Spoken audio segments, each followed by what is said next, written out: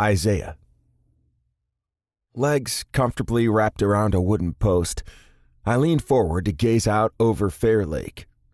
Sitting atop the steeple on the roof of the fire station gave me a good view of the town below.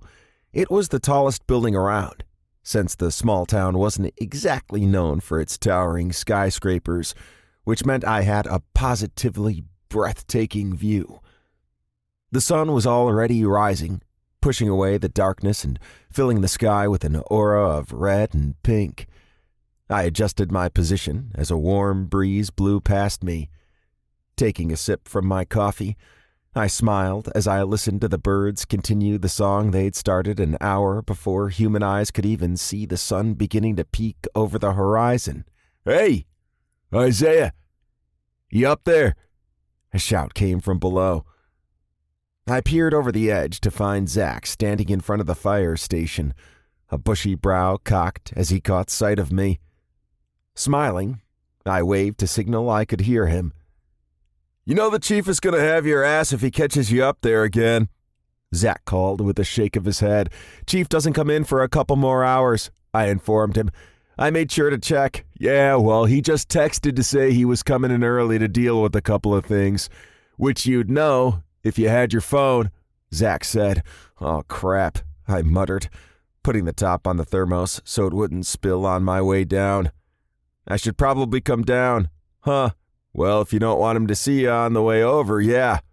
Probably a good idea." "Loud and clear." Unwinding my legs from their anchor, I swung myself around. Holding tight, I secured the strap on the thermos through the loops of my pants before clambering down. I knew the path up to the top like the back of my hand and climbed down with ease, feet and hands finding the necessary footholds to get down the sloped roof. It was considerably more treacherous to do it during rainy days and in winter, but even then, I'd got pretty good at maneuvering around. Once I reached the flat part of the roof, I used the sturdy lattice built on the side of the firehouse.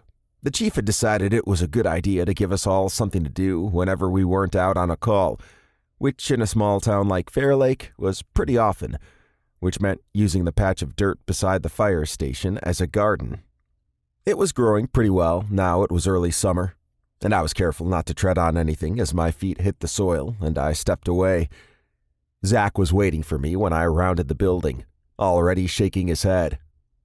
"One of these days, you're going to fall and break your neck. Then everyone will feel bad, but then pissed you don't listen." "I know how to listen," I complained, unhooking the thermos from my pants. "But come on. I've done that dozens of times. If I haven't fallen and hurt myself yet, I'm not going to." "Christ, you sound like my kids," he said with a roll of his eyes. "All it takes is one little mistake one time and boom, you're dead. With our job, you should know that better than anyone." "Thanks, Dad," I said with a chuckle. "At least I'm not the chief. You'd be looking at a good half-hour lecture. I could probably cut that in half. It just takes an apology and agreeing with everything he says." "Right," Zach said with a roll of his eyes.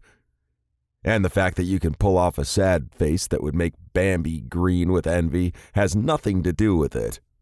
"I do not," I scoffed, giving him a swat. "Now, if you're done treating me like a little kid, I'd kind of like to get some food."